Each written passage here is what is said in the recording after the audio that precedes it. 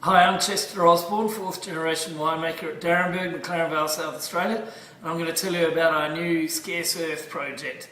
This is a project that McLaren Vale is doing now. There are 20 wines in McLaren Vale that are under the Scarce Earth project. They're single vineyard Shiraz wines that have all passed the tasting panel, that are wines that are not too oaky and not too overripe or too underripe.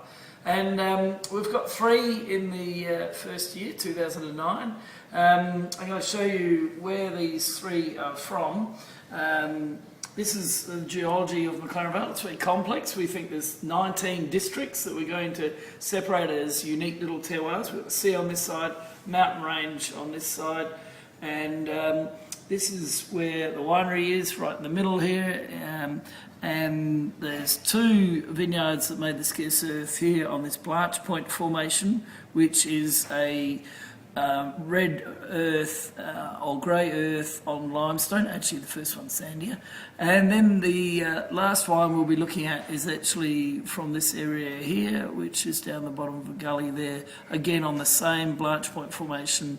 Again, it's grey loam over limestone, and these work particularly well in 2009, and that's why these 3 have been chosen.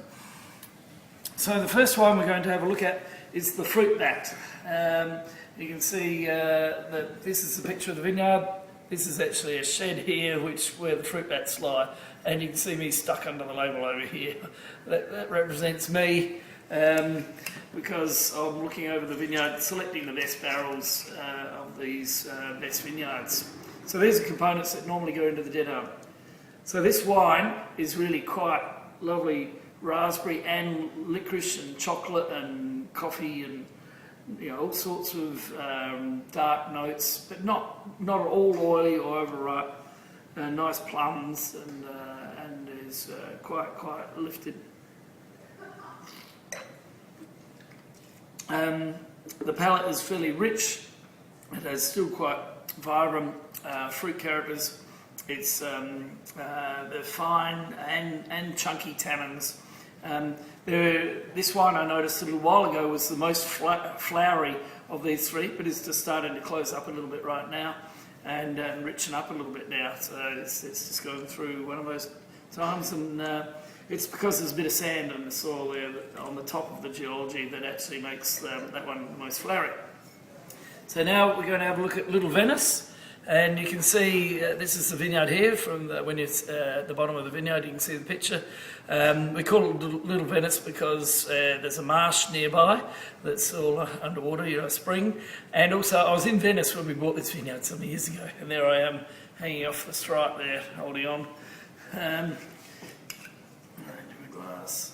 So this wine is right next door, as I mentioned, but the aspect is west facing and slightly north facing, so a little bit warmer there.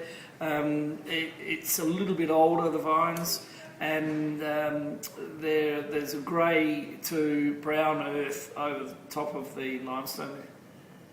And this one's a bit more licorice, a bit more concentrated, but similar in some ways, the same sort of raspberries and plums and characters, and some of the coffee and chocolate, dark chocolate sort of characters as well.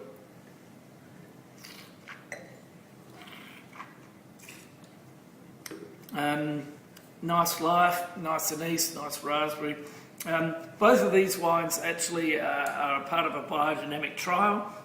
Half of them are biodynamically treated, which is giving a sort of earthy mushroom rich character to them, and then the other half is still a normal minimal input with no fertiliser, no cultivation and everything. And those wines actually have a little bit more mineral, flowery, more raspberry, lively sort of characters.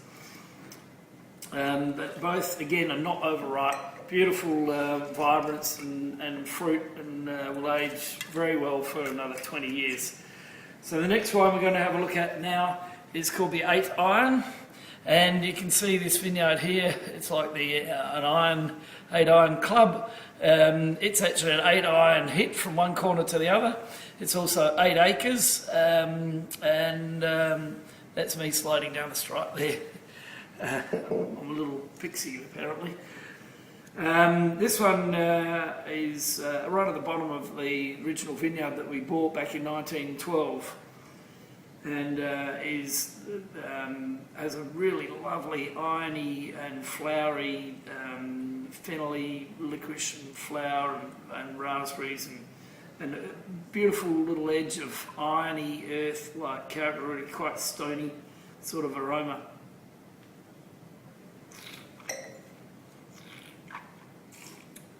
And the palate is beautifully fruit driven and still really quite tight.